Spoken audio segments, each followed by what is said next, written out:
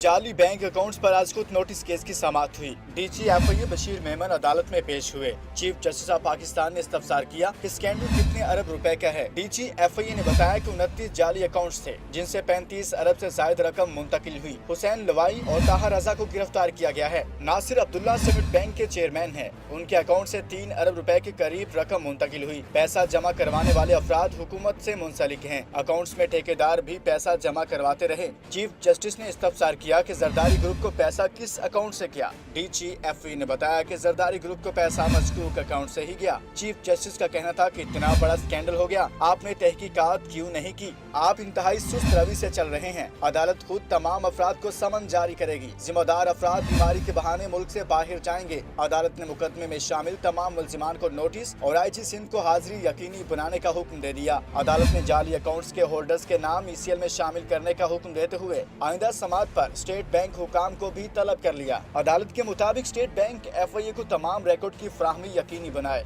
अदालत ने cement bank के इक्विटी अकाउंट में जाली अकाउंट से मुंतकिल 7 अरब रुपए मुंजमद करने का हुक्म दे दिया। सुप्रीम कोर्ट ने हाई कोर्ट से ज़ेर इल्तवा मुकदमात की तफसीलात तलब कर ली। चीफ जस्टिस ने रिमार्क्स दिए कि क्यों ना बैनमा तर्ज की JRT तश्कील दी जाए। कौम का पैसा बचाना अदालत की जिम्मेदारियों में शामिल है। अदालत ने केस की मजीद समाअत 12 जुलाई तक मुलतवी कर दी।